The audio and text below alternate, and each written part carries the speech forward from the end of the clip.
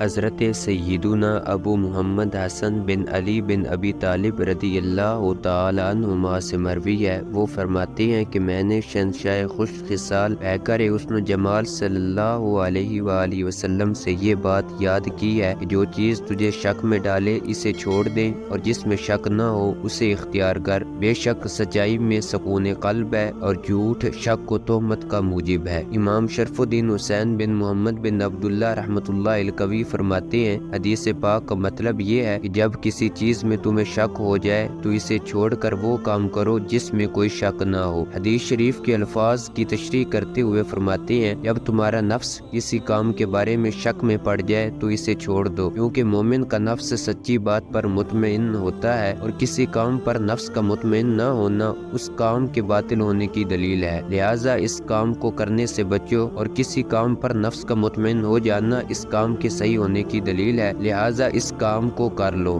لیکن یہ بات ان نفوس قدسیہ کے ساتھ خاص ہے جن کے دل گناہوں کی گندگی اور برائیوں کے میل سے پاک ہیں۔ مفتی احمد یار خان علیہ رحمۃ الحنان اس حدیث پاک کے تحت فرماتے ہیں، ظاہر یہ ہے کہ حضرت سیدنا امام حسن رضی اللہ تعالی عنہ نے بلا واسطہ حضور صلی اللہ علیہ وآلہ وسلم سے یہ فرمان سنا اور یاد کیا، کیونکہ حضور انور صلی اللہ علیہ وآلہ وسلم کی زندگی شریف میں امام حسن رضی اللہ تعالیٰ عنہ قدرے سمجھدار تھے۔ بچوں کا حدیث سننا معتبر ہے، جبکہ کچھ سمجھدار ہوں، اور ہو سکتا ہے کہ آپ نے کسی صحابی رضی اللہ تعالیٰ عنہ سے سنا ہو۔ کیونکہ یہ قول رسول تھا، اس لیے اسے حضور صلی اللہ علیہ وآلہ وسلم کی طرف نسبت فرما دیا۔ ہم کہہ دیتے ہیں کہ حضور صلی اللہ علیہ وآلہ وسلم نے یہ فرمایا، یا ہمیں حضور صلی اللہ علیہ وآلہ وسلم کا یہ فرمان یاد ہے۔ حدیث کے الفاظ شک میں ڈالنے والی چیزوں کو چھوڑ دے کے تحت فرماتے ہیں، جو کام یا کلام تمہارے دل میں کھٹکے کہ نامعلوم حرام ہے یا حلال، اسے چھوڑ دو، اور جس پر دل گواہی دے کہ یہ ٹھیک ہے اسے اختیار کرو۔ مگر یہ ان حضرات کے لیے ہے جو امام حسن رضی اللہ تعالیٰ عنہ جیسی قوت قدسیہ علم لدنی والے ہوں،